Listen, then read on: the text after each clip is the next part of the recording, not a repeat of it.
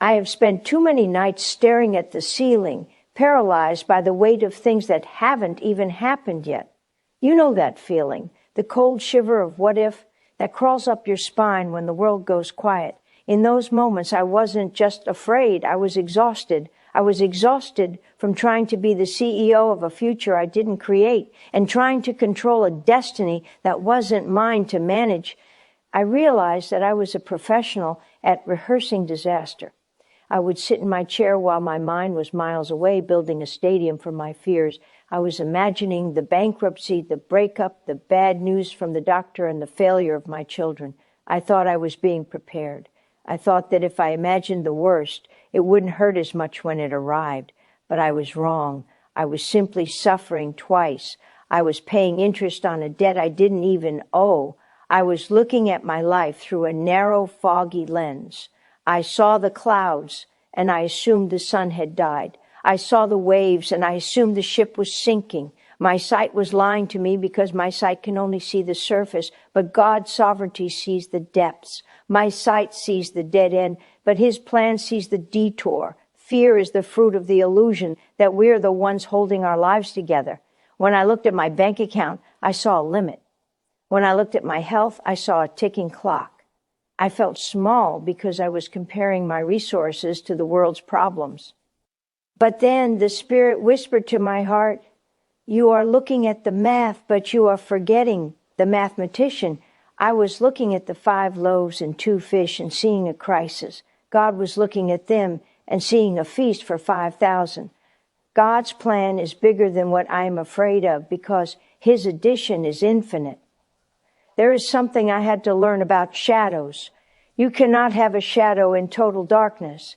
A shadow only exists when there is a light source so bright and so massive that an object gets in the way. For years, I stared at the shadows in my life. The shadow of debt, the shadow of loneliness, the shadow of failure. I thought the shadows meant the light was gone. But I was looking in the wrong direction. The very existence of my fear, that massive shadow, was proof that there was a massive light shining behind me. God's plan is that light. I had to learn to stop turning my back on the light to study the shadow. Part 2, the training ground of the soul. For a long time, I lived with a very specific, very frustrating belief. I believed that if I walked with God, I would never have to walk through the fire. I thought that faith was a get-out-of-jail-free card for the struggles of life. I prayed for peace, but what I really meant was comfort. I prayed for protection, but what I really meant was immunity. I wanted a life that was safe, but I have learned that God is not a safe God. He is a good God, and sometimes His goodness requires Him to lead me into the very territory that terrifies me.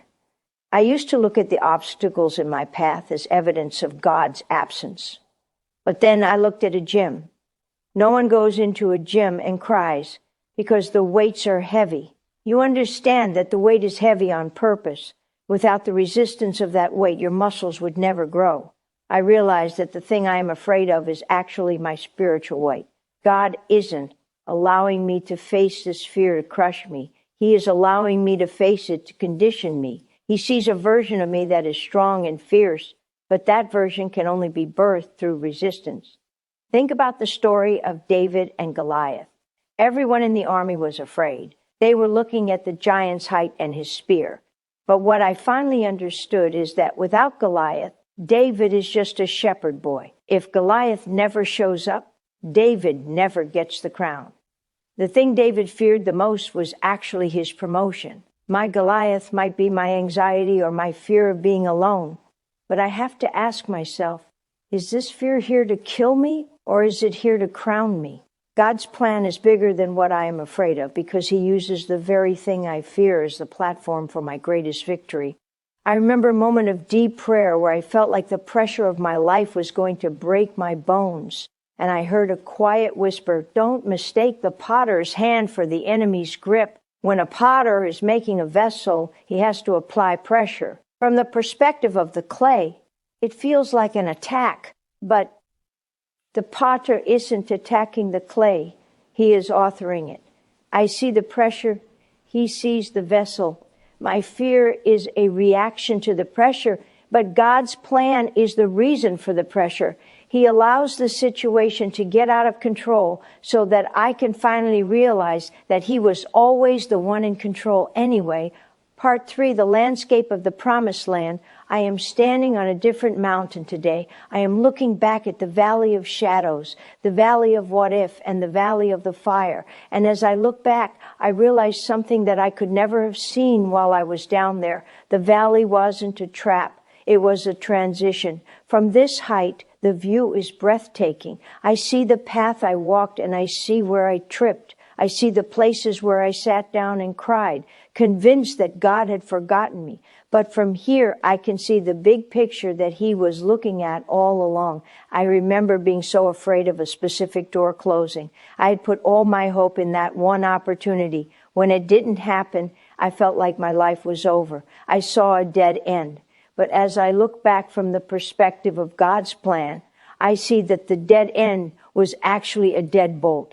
God didn't just close that door. He locked it to protect me from a version of myself that would have settled for good when He had great waiting around the corner. If I had entered that door, I would have missed my destiny. My fear was focused on what I was losing, but His plan was focused on what I was becoming.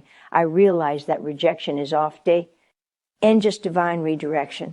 When I was in the fire, I thought the struggle was just about me. But as I stand in the promised land of my purpose, I am starting to see the ripples. I am meeting people who tell me that because I stayed faithful in my dark season, they found the strength to stay in theirs. This is why God's plan is so much bigger than your fear. Your fear is about your survival, but God's plan is about your significance. He isn't just trying to get you through the storm. He is trying to use your survival as a lighthouse for everyone else still lost at sea. Your victory is a seed that will grow into a harvest for people you haven't even met yet. The greatest shift in my soul happened when I stopped looking at my life as a work in progress and started looking at it as a finished work in the eyes of God. In my human time, I am still walking and learning. But in God's time, the victory is already won. He is already standing at the end of my life looking back at me today with a smile. He isn't worried about the what if because He has already written the it is finished. There is no fear big enough to derail a plan that was written in heaven before the world began. Fear is a liar, but faith is a forecaster. Fear tells you the storm will never end. Faith tells you the sun is already rising. The plan is bigger than your fear because the plan maker is the King of Kings. He doesn't just see your problem. He sees your potential. So take a deep breath. Release the need to control. The outcome. You are held by a hand that has never dropped a soul. Your future is not a question mark to God. It is a period. It is settled. It is secure. God's plan is not just bigger than what you're afraid of. It is so big that it makes your fear look like a grain of sand in a desert of grace. Trust the process. Trust the potter. Trust the plan. Dear God, I come before you today with a heart that has been heavy with worry. I confess that I have been staring at the shadows for too long instead of looking at your light. I am tired of rehearsing disaster in my mind and living in the prison of what if. Today, I choose to surrender my fears into your hands. Help me to remember that you are the master architect and that my life is not out of control. It is in your control. When I see a dead end, remind me that you see a redirection. When I feel the pressure of the fire, remind me that you are not crushing me, you are refining me into gold. Give me the courage to stand tall against my giants, knowing that you are the one who hands me the stone and secures the victory. I trust that your plan for my life is bigger, better, and more beautiful than anything I could ever be afraid of. I choose to rest in your peace tonight, knowing that the story is already finished and the harvest is on its way. Amen. Affirmations for overcoming fear. My fear is just a shadow that proves God's light is shining behind me. I am not being buried by my problems. I am being planted for a greater harvest. The pressure I feel today is the potter's hand shaping me into a masterpiece. God's no is my divine protection from a path that was never meant for me. I do not need to see the whole map to trust the one who is leading the way. God is not nervous about my future, so I choose not to be nervous either. My Goliath is not my end. It is my invitation to my promotion. I trade my what if for even if because I know God is always enough. Nothing in my life is wasted. Every tear I cry is a seed for a future testimony. I am a finished work in the eyes of my Creator, and my victory is already secure.